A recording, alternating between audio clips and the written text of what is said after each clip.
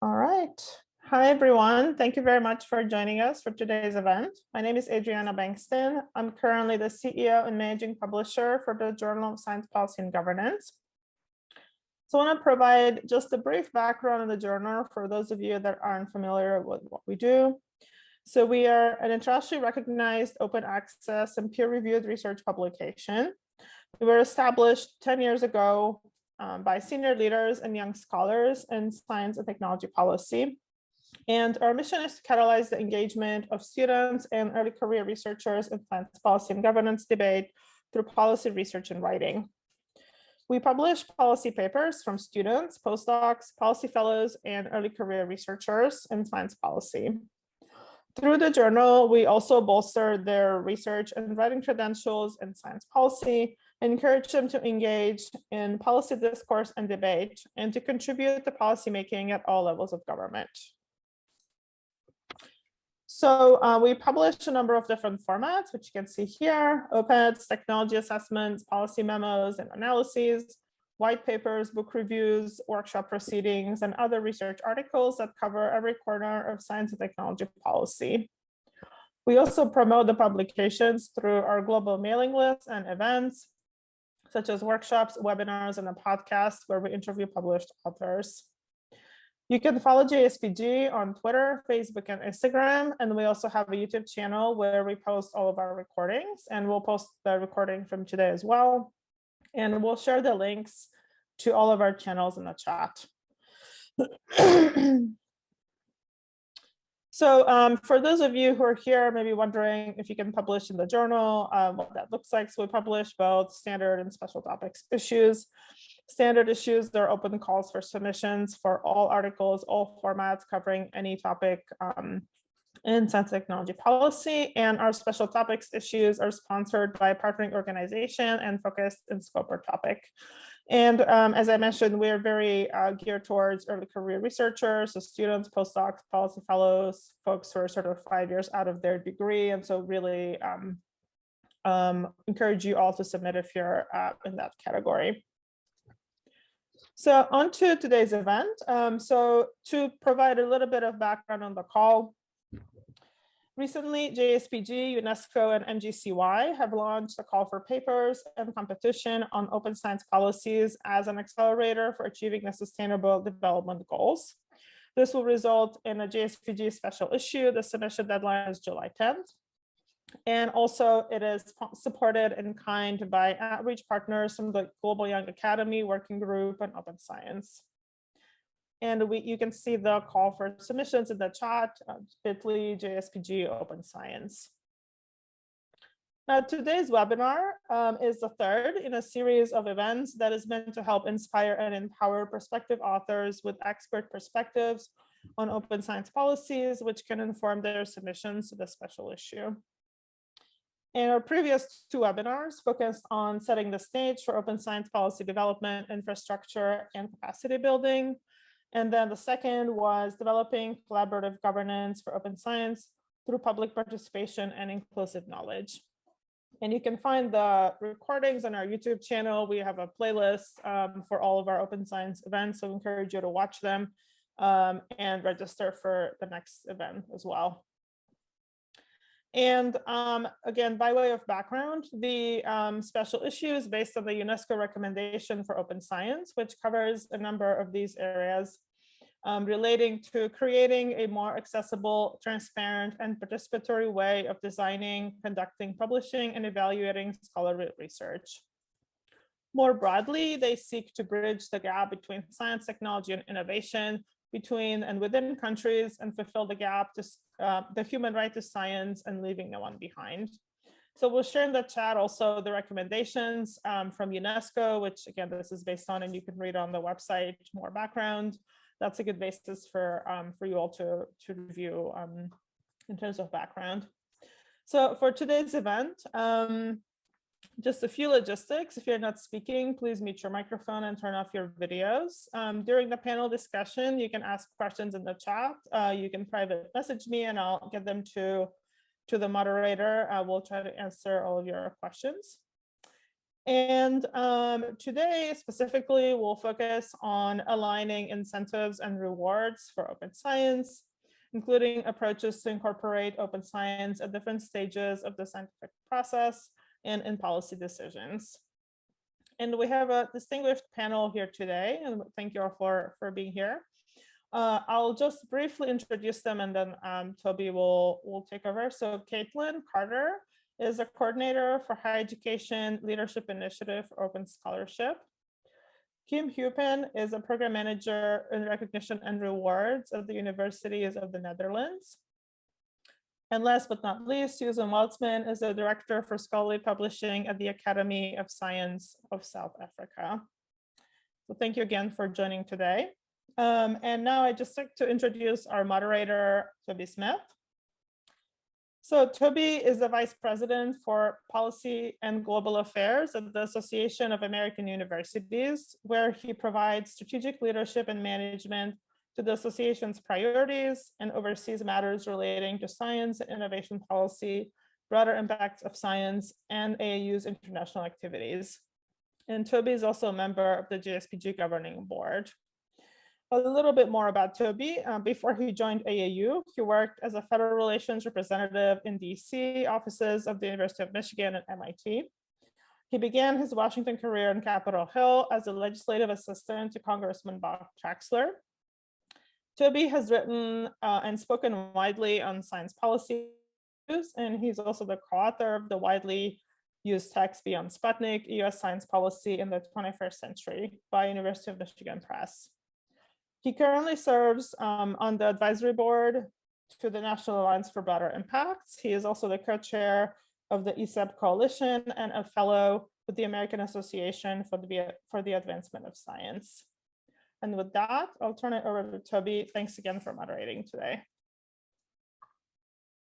Thank you, Adriana. I'm very excited to be here and to serve as the moderator for this discussion, in which my hope is that we will focus over the next a little more than an hour on how, building on the previous two webinars that JSPG has hosted, on how to align incentives and rewards, as well as the evaluation methods to promote open science.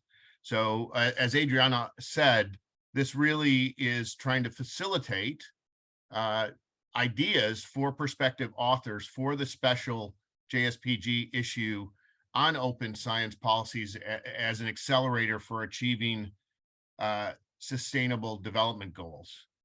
So to do this, we have an excellent panel, an excellent international panel, I should say, of experts, as Adriana already mentioned, and she went through their names. I will do it very quickly. I'm going to dispense with long introductions because they are, all their bios are on the JSPG website in the page related to this event. So I would encourage you to go there. But as Adriana mentioned, we are joined by Caitlin Carter, who is coordinator for the Higher Education Leadership Initiative for Open Scholarship, or also known as Helios. And that is I'm going to let them tell a little bit more about their organizations and what they are up to as it relates to open science and open scholarship in just a second. Then we have Kim Halpin, who is program manager for recognition and rewards at the Universities of the Netherlands. And I have actually I've talked to Kim before and find what's going on in the Netherlands to achieve culture change around a whole host of things, including open science, to be a very interesting and I think important, we call it an experiment for us to watch. So very interested, Kim, to hear more about how things are going there and then how it relates to open science. And then finally, we have Susan Veldsman, who is Director of Scholarly Publishing at the Academy of Sciences in South Africa. And Susan, I'm always interested to hear how it's going in other countries and what's happening. Certainly we have, I participate in a roundtable here with our National Academies of Sciences on incentivizing open science. So I'm interested to hear how things are going and what the challenges and opportunities you see for open science in South Africa. So with that, I'm going to, I should say something about my association, the Association of American Universities, before we get into the panel discussion and what we've been doing on to promote open science. And particularly our focus has been on data access. And we had launched, actually we had convened a task force back in 2016 to look at public access to scholarship and to research, and really focused on trying to zoom in on and zero in on data access. And since then, we've hosted a number of workshops, some national summits, and around accelerating public access to research data. And we produced just over a year ago, a guide to help institutional leaders, because AAU represents 53 leading research universities in the US and 2 in Canada, to help our administrators really try and accelerate access to research data at their universities. But as I think we'll learn from the panel, university administrators are one part of the puzzle here, but there's many others who are going to have to be involved, including baseline faculty and departments, to get really to promote open access, as well as many other actors, which we'll explore during the panel.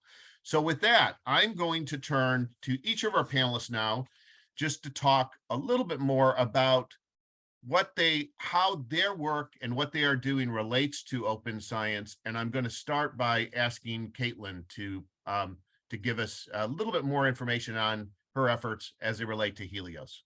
Caitlin. Sure. Thanks, Toby. Yeah, so Helios, as it's a bit of a mouthful. It's the Higher Education Leadership Initiative for Open Scholarship, which is why we go by Helios.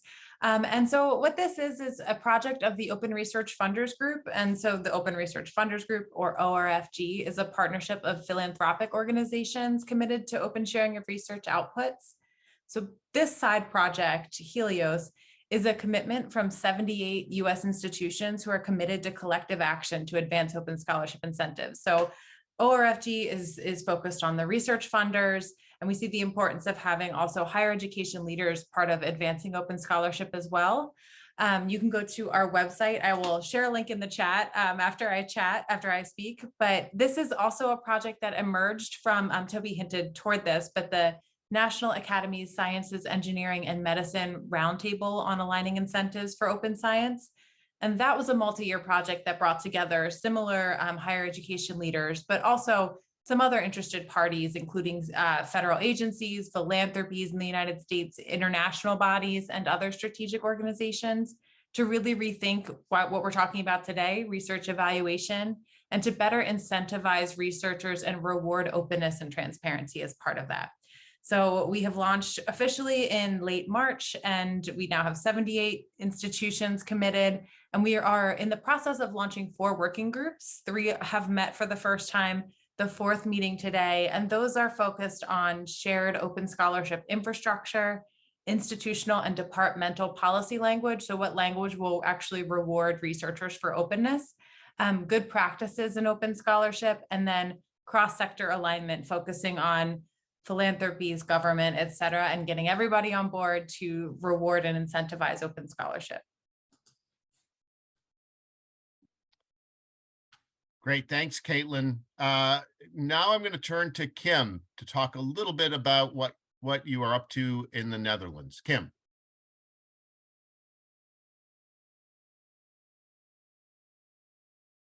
Kim, we're not hearing you.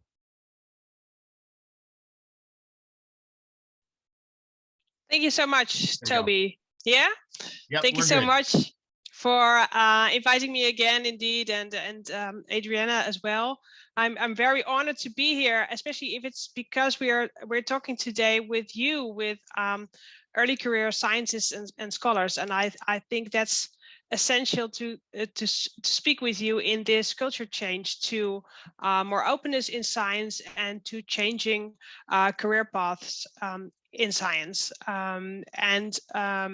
That's where we work on in the Netherlands. So with our national program on recognition and rewards in academia, we aim for a healthy and inspiring environment for all our academic staff, where all talents are valued. Teaching, research, impact, patient care and good leadership in academia. And our ambition is, of course, to change career paths and rewards and recognition in the Netherlands. But we cannot do this just in our very small country. We need to work together on this subject all over the world. And that's why I'm so happy to be here today and to hear also about these other initiatives from different countries. So why we think a change is needed in recognition and rewards in academia. Well, what we see is a mismatch between what we deem important in academic work and where we reward our academic staff for. So careers spent heavily on a limited number of criteria, mostly on research performance criteria. And I think, and we, with a lot of people now think in the Netherlands, that we need a better balance in how we recognize and reward academics to help us achieve excellent education, research, impact and leadership, as well as the highest level of patient care in a university hospitals. So I'm a program manager in this program. I work not only for the Dutch universities, but also in this program on recognition and rewards, we work together with the funders and with university hospitals and with the research institutes. So it's really a national program of all parties involved. And a very I really much like my role I have now. Before this, and that might be relevant as well, I was a secretary to the committee who wrote the strategy evaluation protocol in the Netherlands, and that's the research assessment protocol. So every research unit is assessed every 6 years, and open science is very much part of this protocol right now. So I'll put also 2 documents in the chat.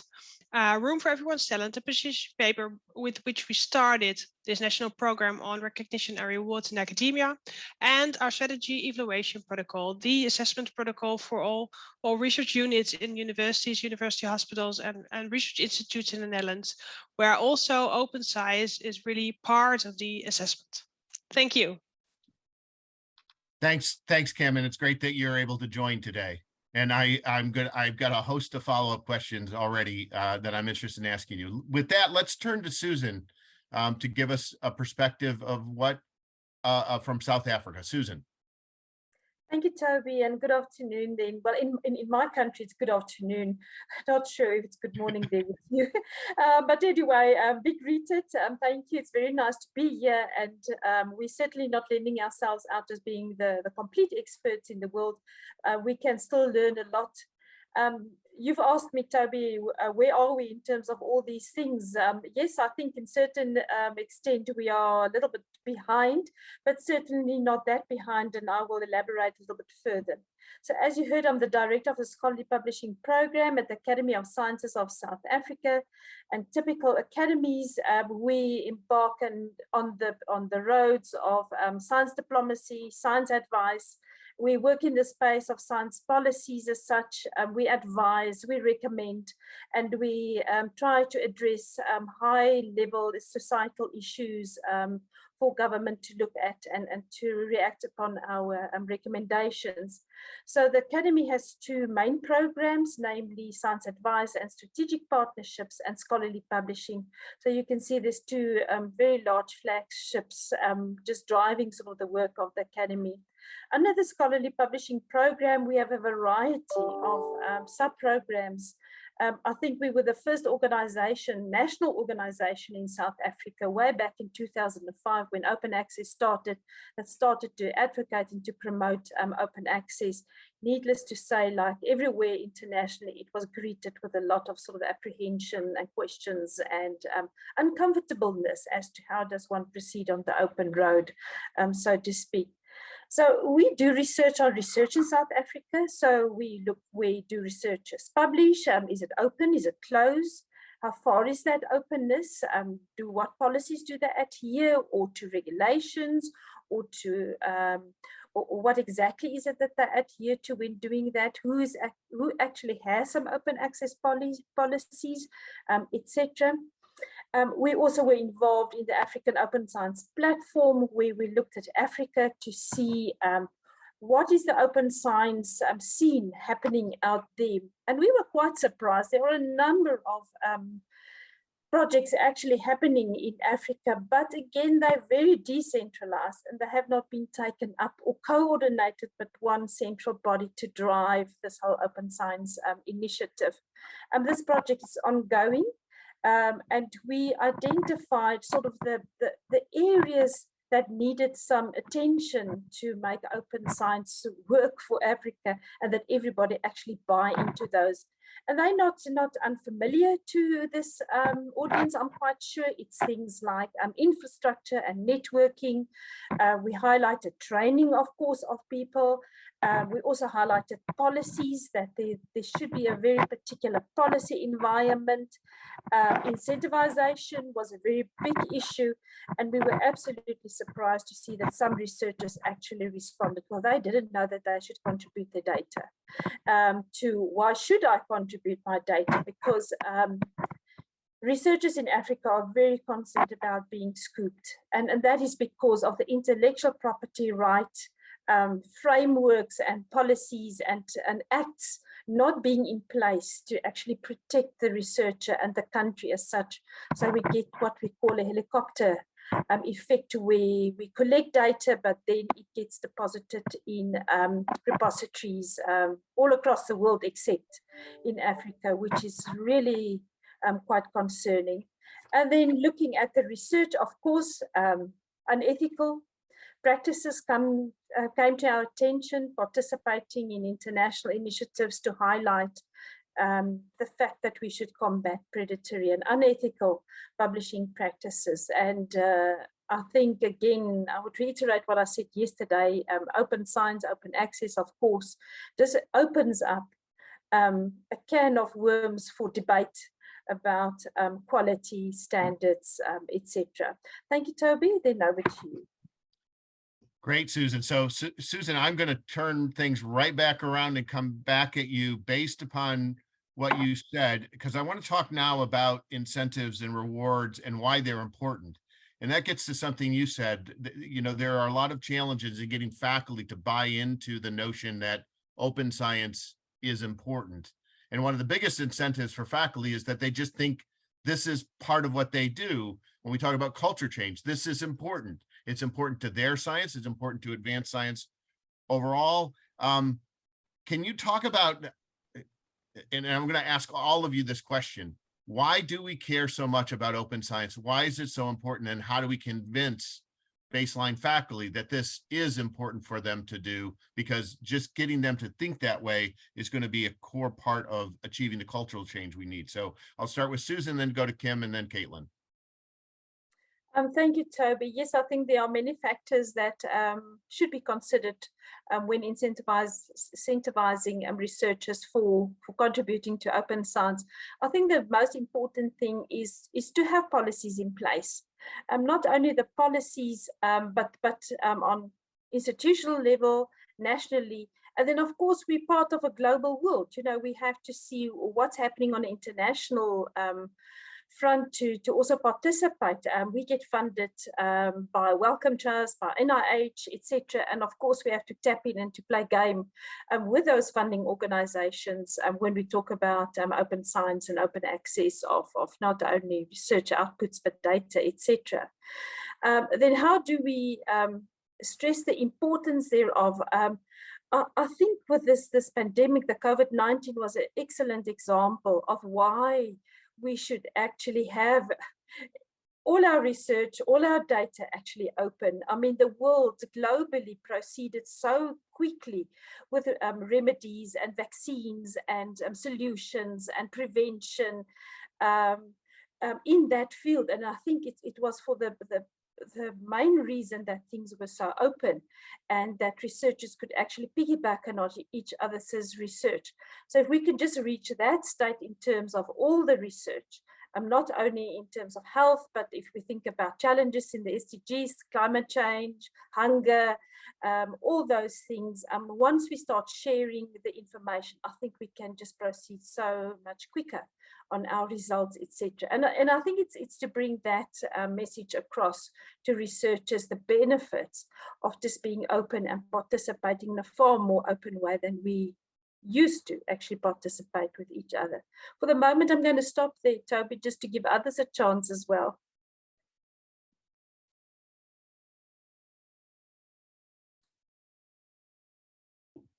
Sorry, I thought I hit my unmute and I did not. So Susan, thank you. That was very helpful. So Kim, let's get your perspective on why is open science important and how do we convey that to the faculty members who are doing science? Yeah, I'm very happy that this journal edition will be well, it's co-created by UNESCO, if I understood it correctly, but because I think that in this recent document from autumn of last year on open science by UNESCO, I think that's one of the best documents now on explaining why open science is so important, and it's really based on values we have in science, and open science, and this is from this UNESCO piece, is that it increases scientific collaborations and sharing of information for the benefits of science and society, and I think that's, yeah, that relates to us as humans, that we want that our information and our research and our education is open and is shared to everyone. So I think that's really why we work to a academia which is open. It's really essential, and it's really it's linked to the values of research and of higher education. And I think that open science and the modernization of recognition and rewards and of career assessment, that is strongly intertwined. So some see the modernization of recognition and rewards in academia as part of the open science agenda. And it's also part in this UNESCO document, of course.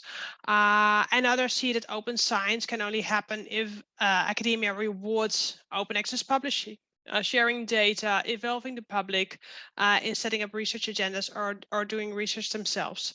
So I think these developments are strongly intertwined, and well, we cannot realize our aims in open science if we don't change the way we look at quality in research and in education.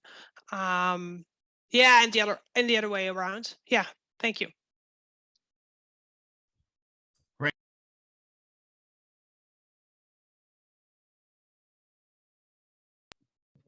I want to turn to Caitlin, and my mute is not working well today.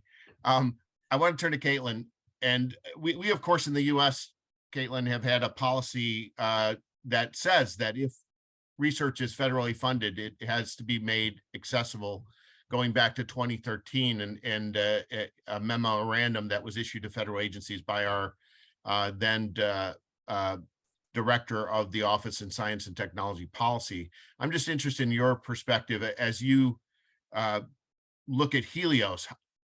How do you make that case that this is really important to the people actually doing the research when they are in certain disciplines still kind of entrenched in exactly what Susan said, which is I'm fearful that, well, I did the research, it's my data, it's my, it's my research, and haven't quite realized that this is a lot of this is publicly funded, and there's a responsibility for advancing science to not just hold on to it and keep it secret. Caitlin? Yeah, thanks, Toby. And thanks, Susan, for that point too. It's really funny that you talk about scooping because so before I joined Helios, I was at Johns Hopkins University on the medical campus as a scholarly communication informationist. I worked with students, researchers, faculty, et cetera, on publishing options and compliance with the national NIH public access policy, as Toby mentioned. And the tone definitely shifted from, I'm afraid to preprint, so share the working paper of my research openly because I'm afraid of being scooped, to a few years later, seeing entire research teams with senior PIs on them saying, we got scooped by a preprint. And so it's a really interesting landscape we're seeing here. But going back to addressing your question, Toby, so we see open science as, or open scholarship as, a means to an end. And we're really lucky to have 3 Helios presidential co-chairs, the president of Arizona State University, of Benedict College, an historically Black college, university or college, and Johns Hopkins University President Ron Daniels. And they actually really spoke to this at our kickoff meeting, and it was fascinating to hear their perspectives as major institution leaders in the United States. And Michael Crow talked about the importance of climate change and having access to knowledge, and how we've kind of messed it up in a way by hoarding data and hoarding and closing off our knowledge systems, and why it's really important to share information in order to tackle these incredible societal challenges. Dr. Artis shared the importance of historically Black institutions and representation and having access to research and being at the table. And you can't do that if you have traditionally closed systems. And then finally, President Daniels talked about the importance of access to democracy. He linked, the importance of, higher education as what we are seen and how we are viewed. It is a failing of, democratic institution if we are not open. And so it was really fascinating to hear their perspectives, but also really briefly, as my experience as a scholarly communication informationist, having at one point, my sole responsibility to kind of share the importance of open access, as Hopkins had an open access policy with faculty, early career researchers. It was fascinating to see that the vast majority were already bought into open science. They said, these are the values that we share. This is perhaps why we got into this field.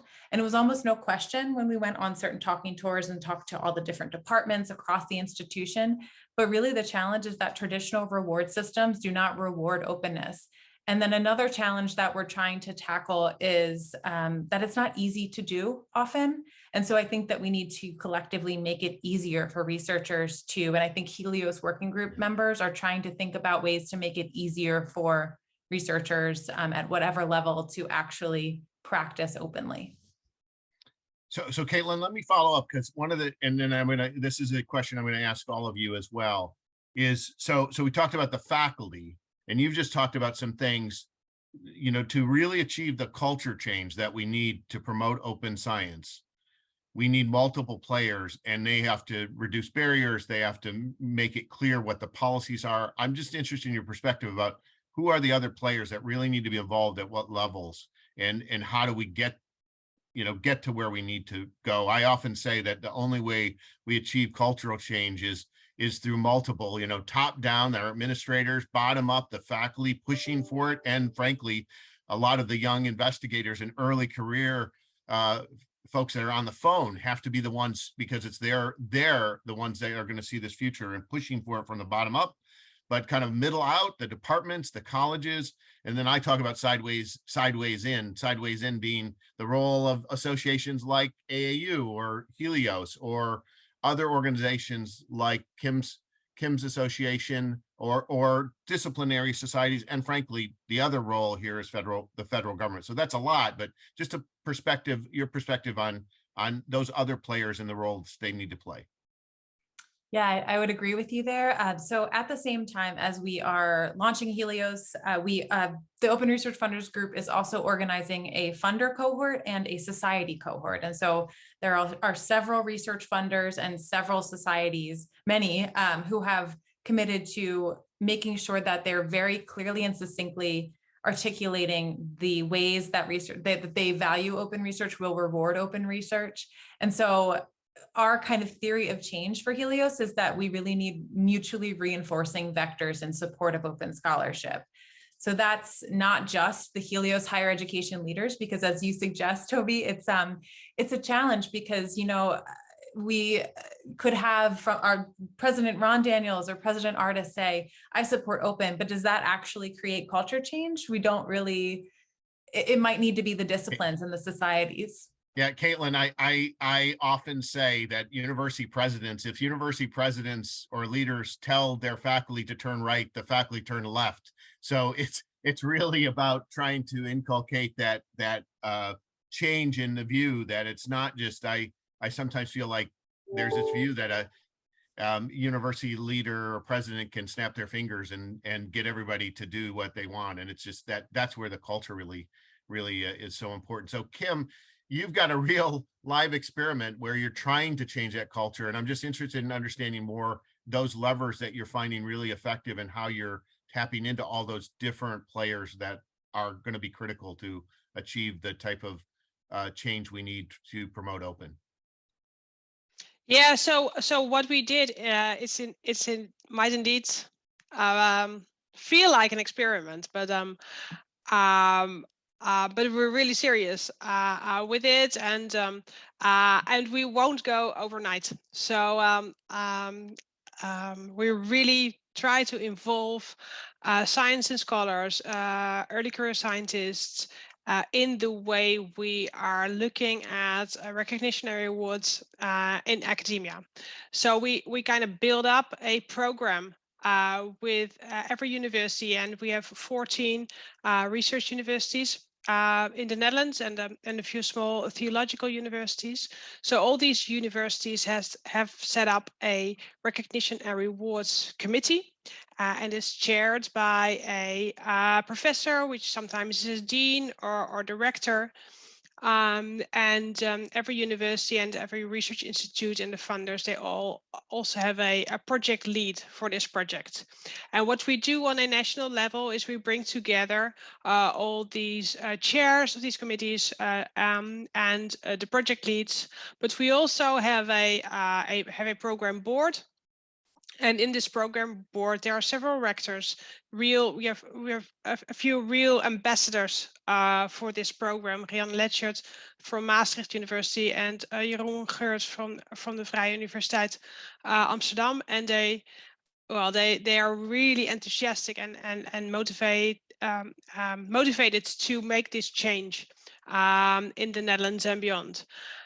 So it's kind of a bottom-up and top-down approach together, because on all these different universities, there are experiments or pilots, sometimes on a small scale, sometimes on a scale of faculty level, really trying to change career profiles, career paths, and all these practices we share together in meetings and on an online platform.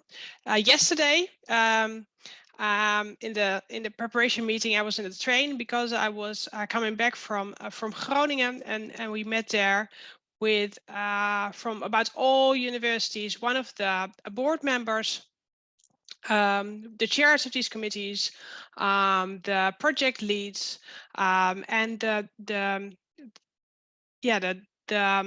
the administrators involved in our program board, and I was a little bit nervous because it was really an open space setting, and we had some serious games, and we really tried to create space to discuss the relevant issues and to make steps.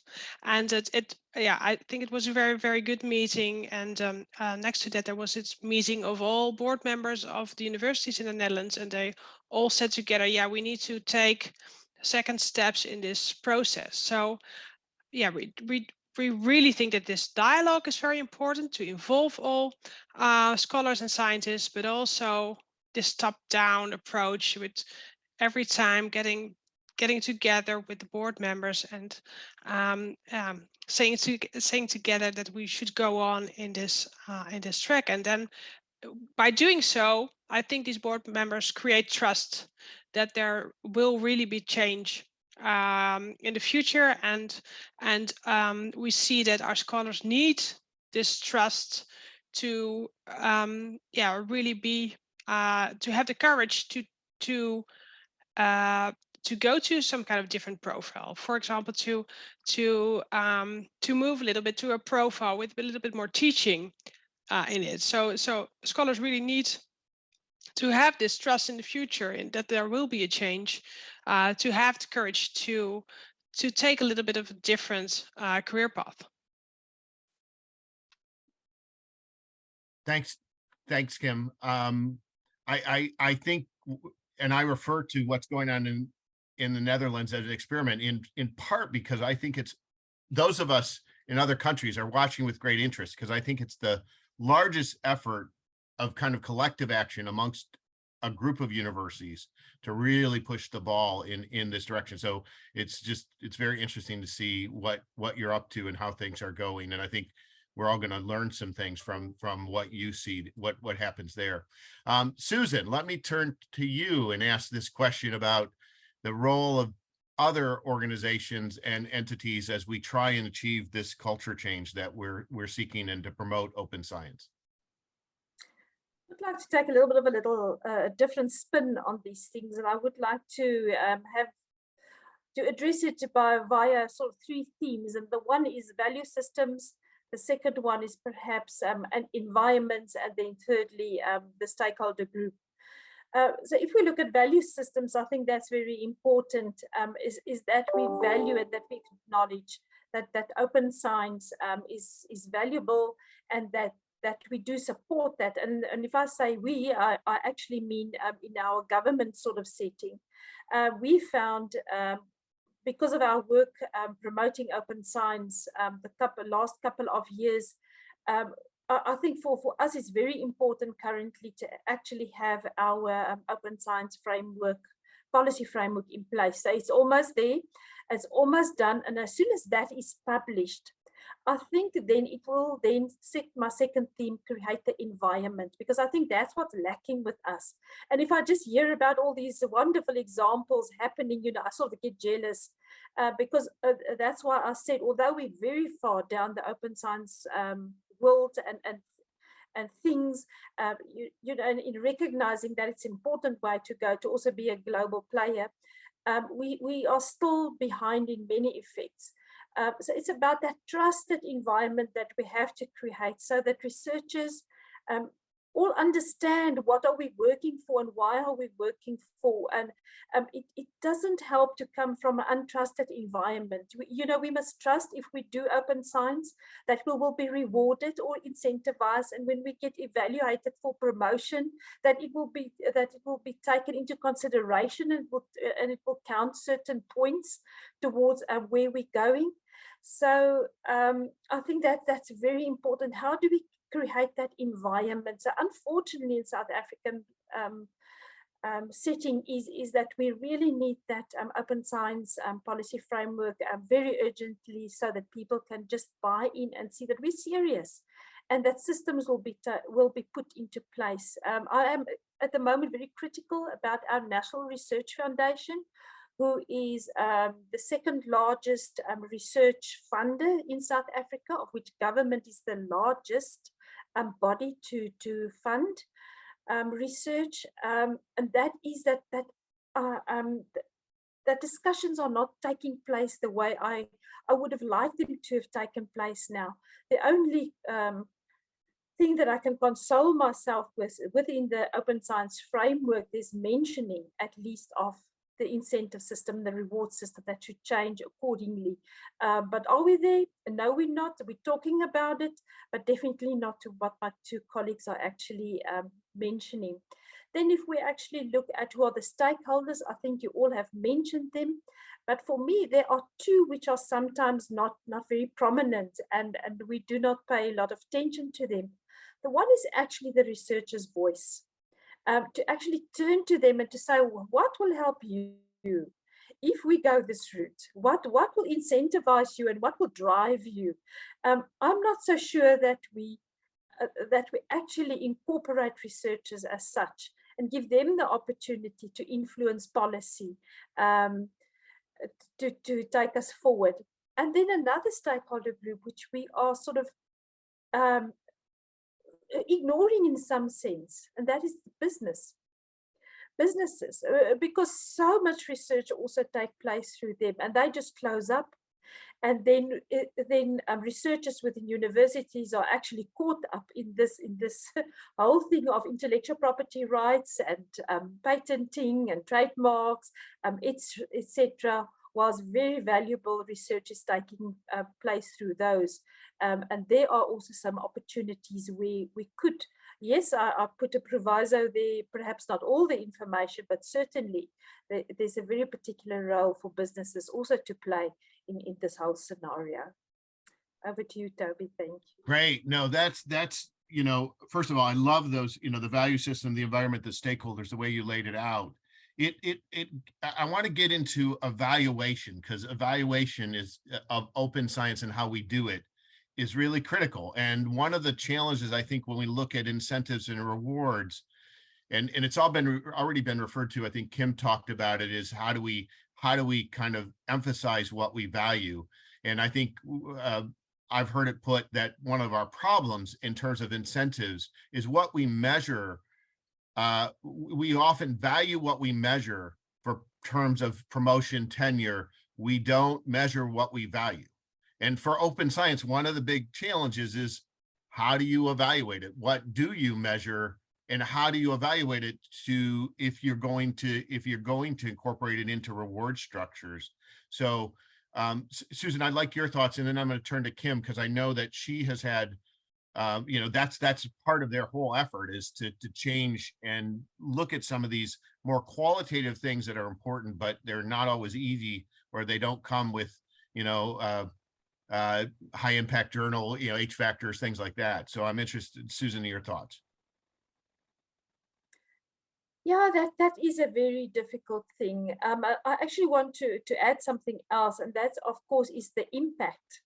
You know, as soon as we start talking about open science and we look at all these things, you know, we say, oh, right, and not only the monitoring and the evaluation thereof, but then what is the impact? And to evaluate impact is also very difficult, because I think that could also be another dimension to be added to our monitoring and evaluation of what we do. So it's actually quite a very difficult subject, you know, to actually touch upon and to get consensus as to what constitutes then the right criteria when we get monitored and evaluated. And let alone to throw impact also into that fruit salad of things. It really is very complex and make things much far more difficult. But I think we've progressed. We've got excellent examples again around this table today, which shows us, you know, where we can start and what we can use. And then perhaps we can look internationally about how we can compare notes and make sure that we actually include all the dimensions. I must also just add, I think there are discrepancies between the developed and the developing world when we get to incentivize and rewards and monitoring and evaluation. And I think there it becomes extremely important to consider also a country context when we formulate these criteria whereby researchers can be evaluated. Thank you, Toby. Yeah. The notion of impact itself is one that I think gets to how we assess impact, how researchers have traditionally assessed impact. What is impact? And it was mentioned when Adriana, I've been participating in the the several efforts looking at that, and is impact the number of publications you have and how many people read those, or is impact the benefits of your research to societal problems? And this is, I think, part of the challenge too, and where we need to focus on it. Let me turn, Kim, to you to talk about the evaluation piece and how you are looking at it. Yeah, it's I think one of the most intriguing, it stays one of the most intriguing questions. And the way I look at it is, I think that we don't want to answer these questions too quickly.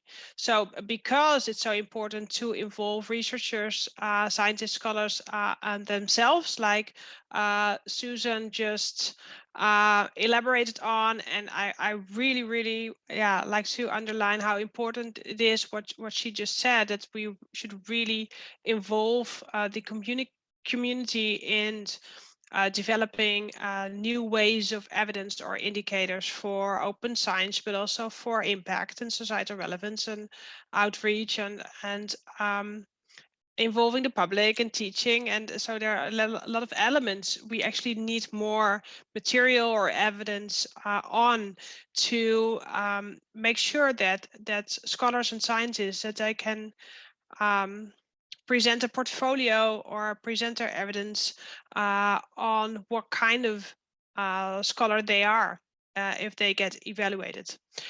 So what we already developed in the Netherlands is this strategy evaluation protocol.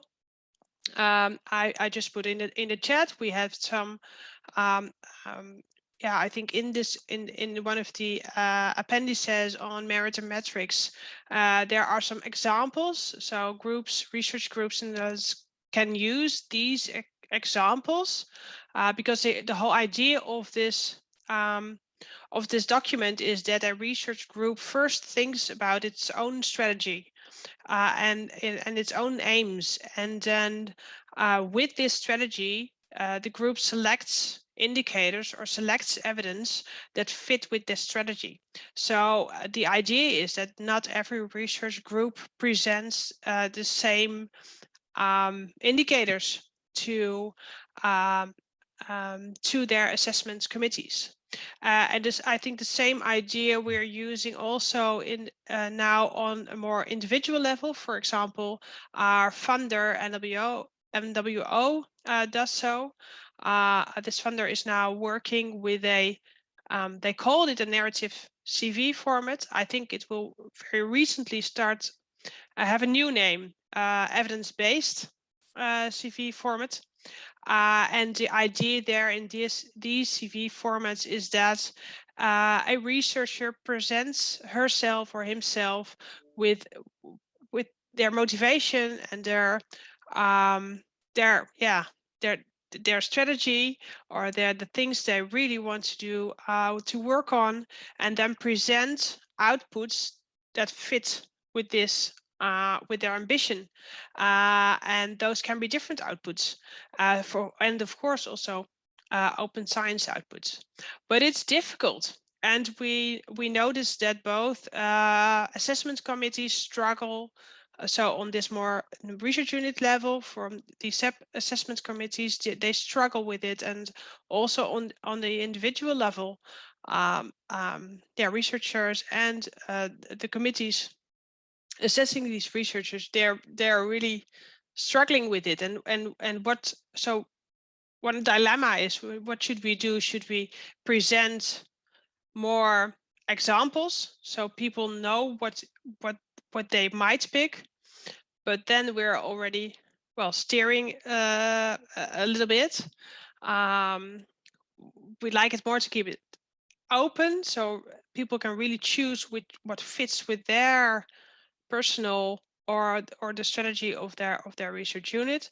But then they might tend to stick to the indicators they already know. And so those are really dilemmas. And I think on a European level and on the level of the world, we really need examples of evidence for open science activities, and to make it more common and known how we can present that evidence.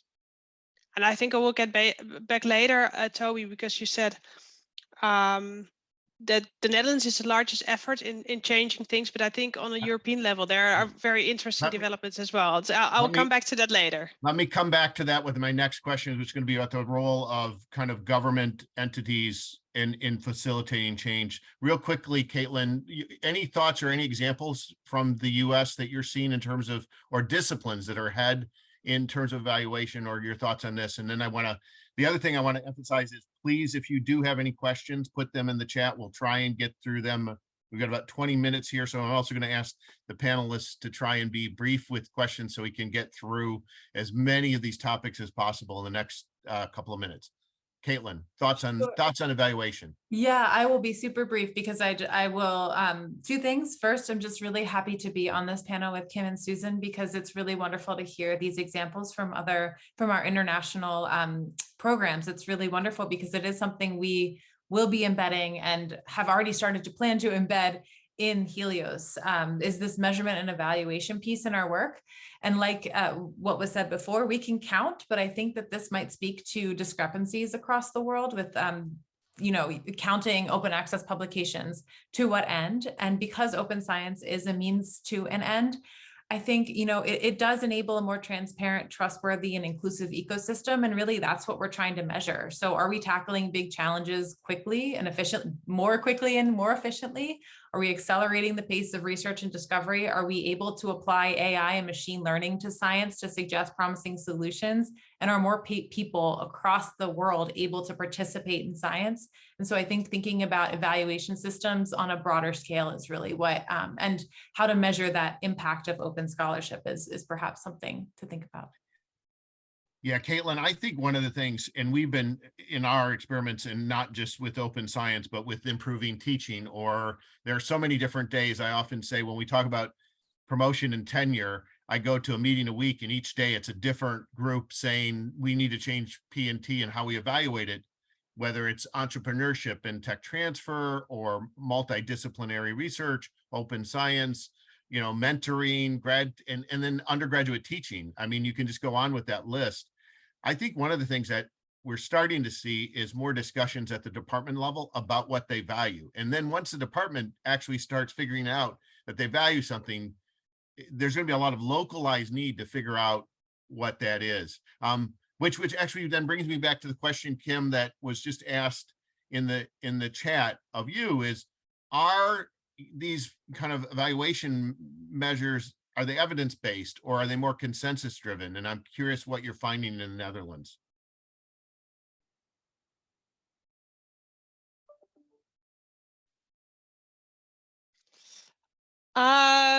Both, I guess. I hope both.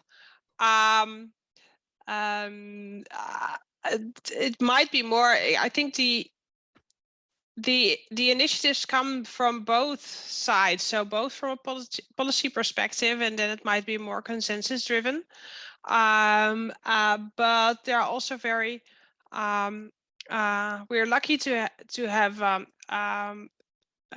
researchers in the Netherlands who are also really involved in these initiatives. For example, Sarah de Rijke, she's from CW2S in Leiden, I think a very renowned institute on bibliometrics and research on research. And she's also one of the chairs of the Recognition and Rewards Committee in Leiden.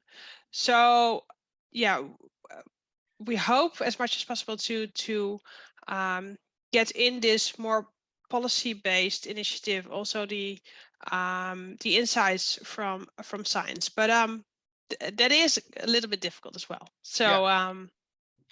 Kim, I'll just add, I think one of the challenges, and I think it's something people, as you think about writing, one of the challenges is when we come to what we value. Values, this is something I often talk about when we talk about the difference between science and science policy.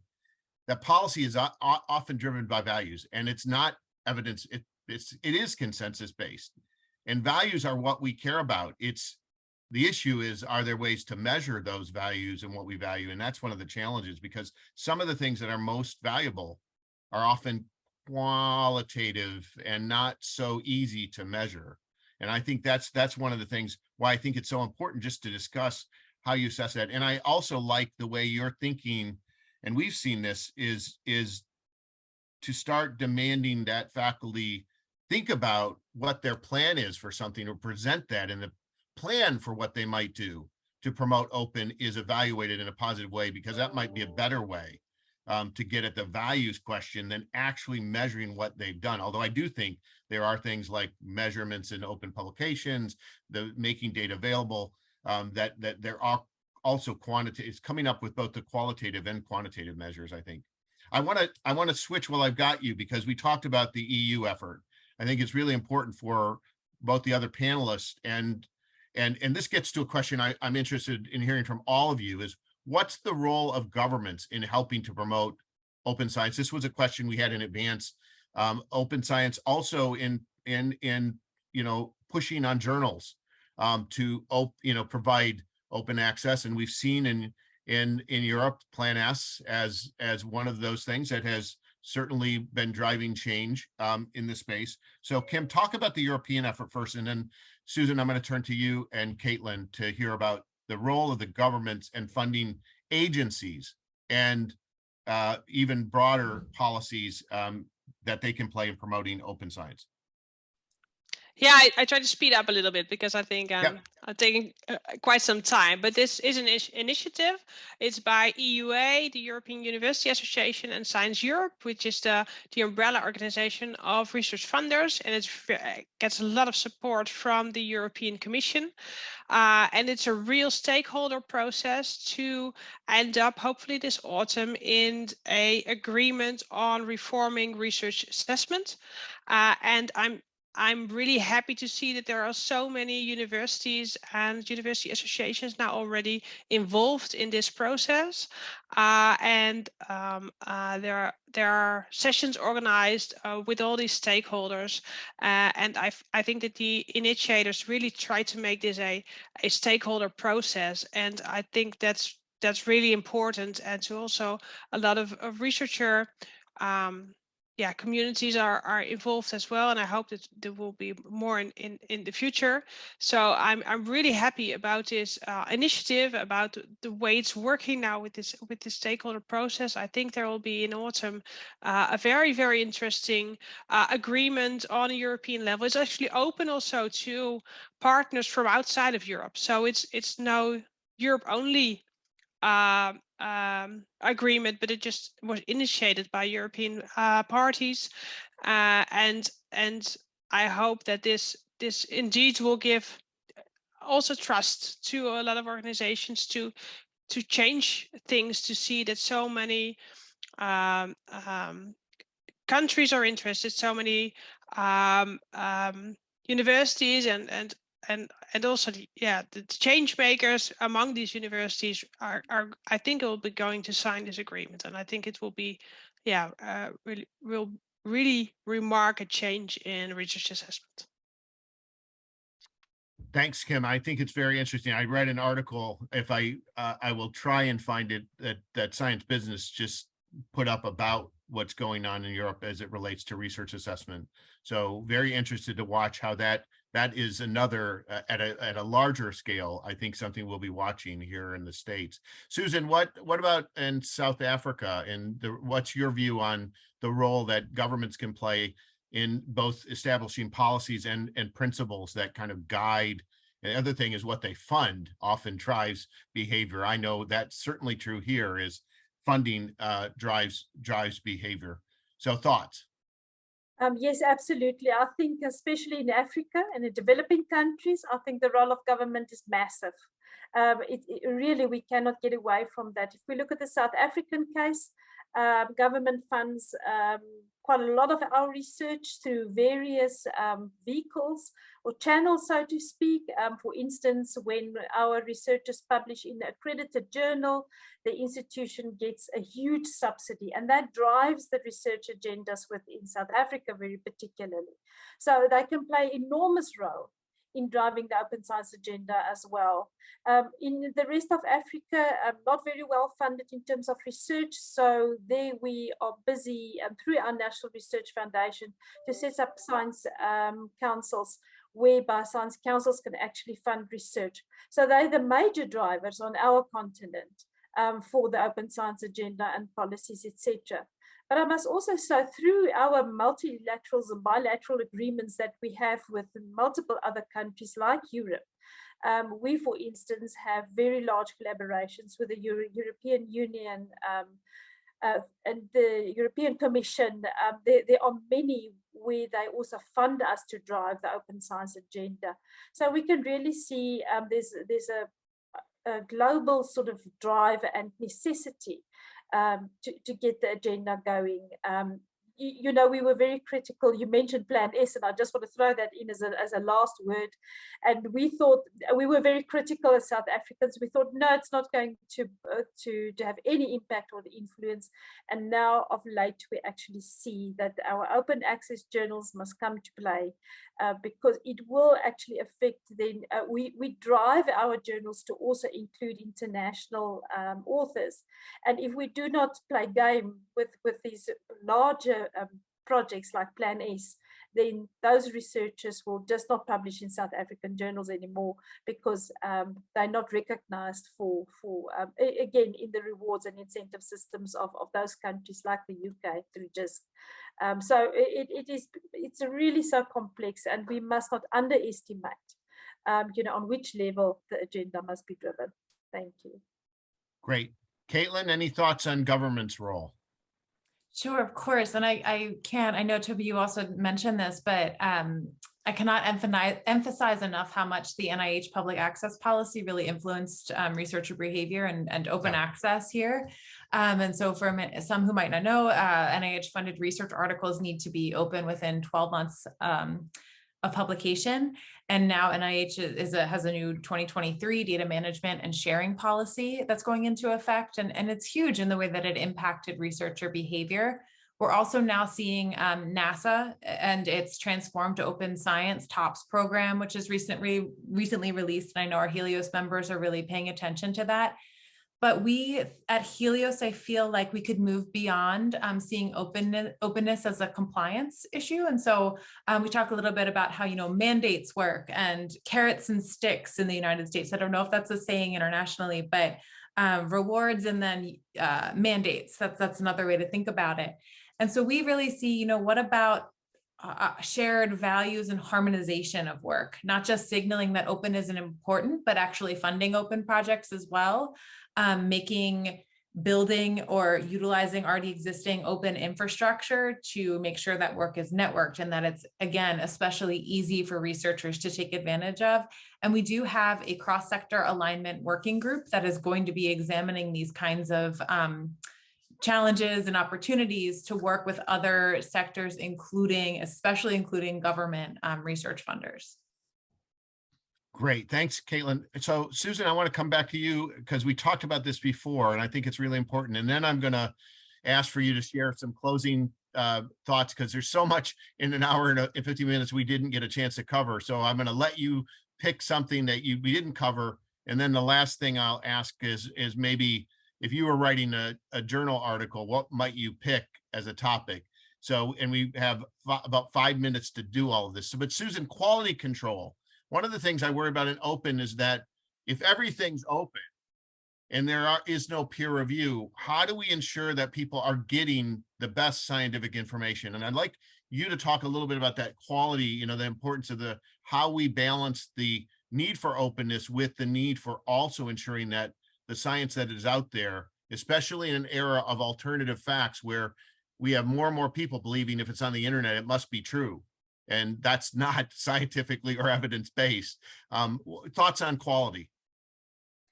Extremely important. I think that's also one element if we talk about value systems and creating trust amongst the different role players is the whole question of actually quality. And if we talk about data sharing, that's extremely important because you expose yourself in your research results when you put it out there.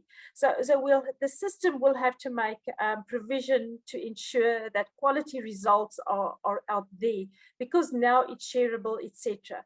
If we talk about preprints, for instance, and the quality thereof, again, then it calls for openness and perhaps for open peer review, where one can actually see what has been reviewed, etc., to ensure that quality. But again, I think peer review remains sort of the activity in the editorial process to ensure that quality adheres and that quality actually goes forward in all the research output as such.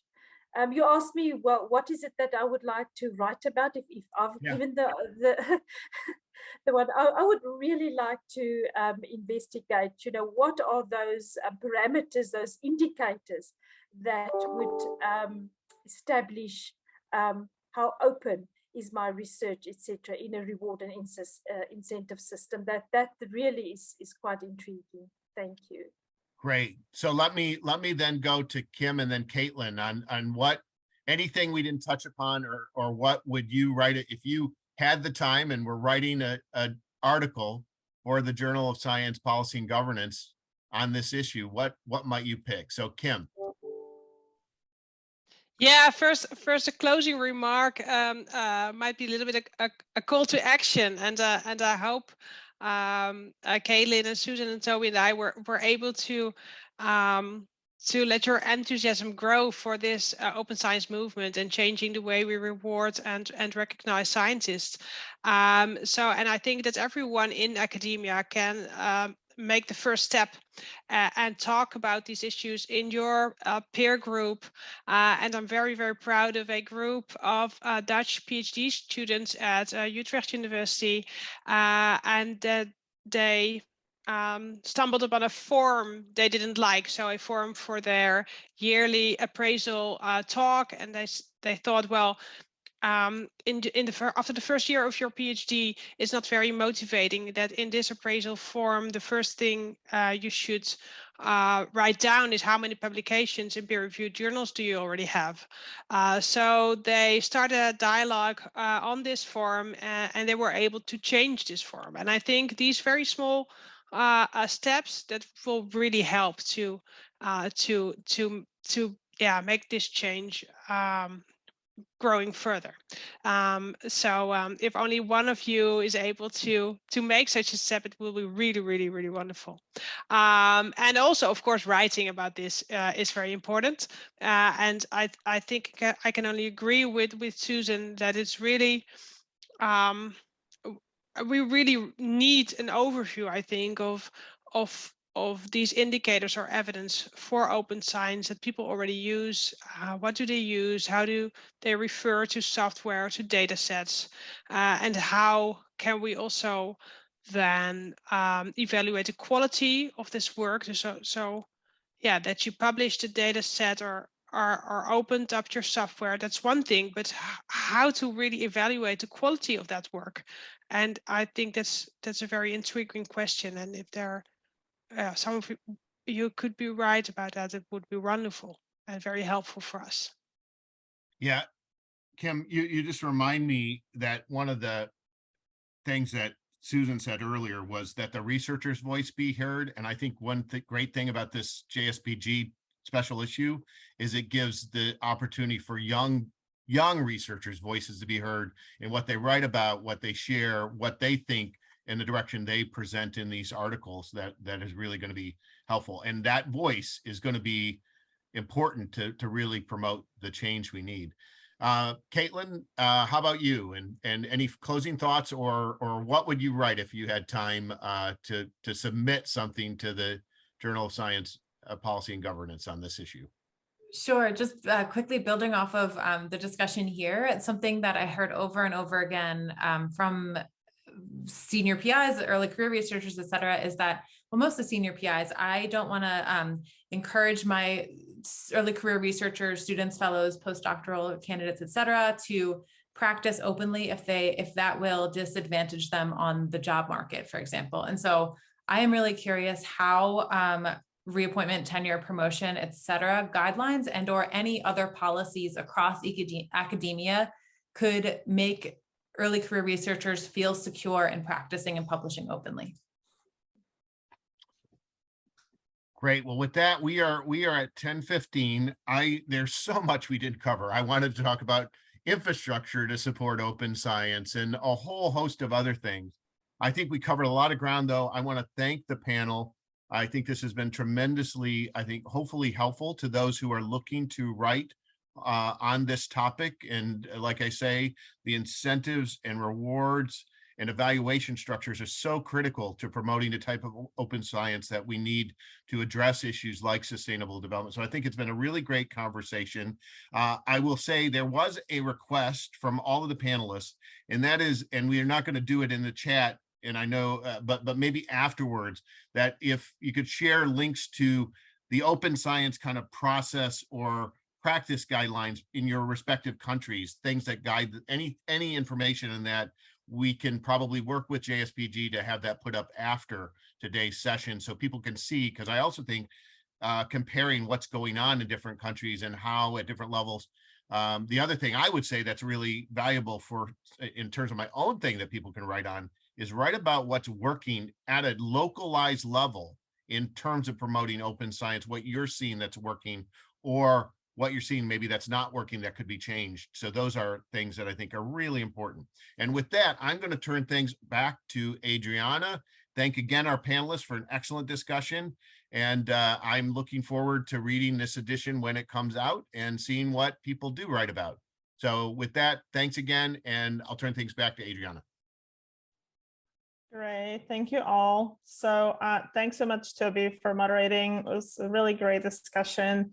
And again, thanks to our panelists for joining today. From JSPG, would also like to thank our partners, UNESCO, MGCY, and Global Young Academy Working Group for Open Science for partnering with us on this event, as well as a special issue. So feel free to reach out to us if you have questions. As Toby said, we're happy to share the links and resources you'd like the participants to share, and happy to answer more questions about the journal, the call for papers. Again, call for submissions is JSPG Open Science. Feel free to look at that, so you still have some time to submit. And just wanted to remind you of upcoming events. So our last webinar is on June 10th, focusing on fostering international cooperation and reducing gaps in access to scientific knowledge through open science, with a view towards reducing digital, technological, and knowledge gaps between and within countries. So we encourage you to attend these events. Again, we'll have this recording on YouTube, but we encourage you to attend the last event as well. And you can view the previous ones on YouTube as well as you prepare your submissions to the issue. And thanks again for being here today. And we look forward to your submissions to the special issue. Thank you. Bye, everybody. Thanks.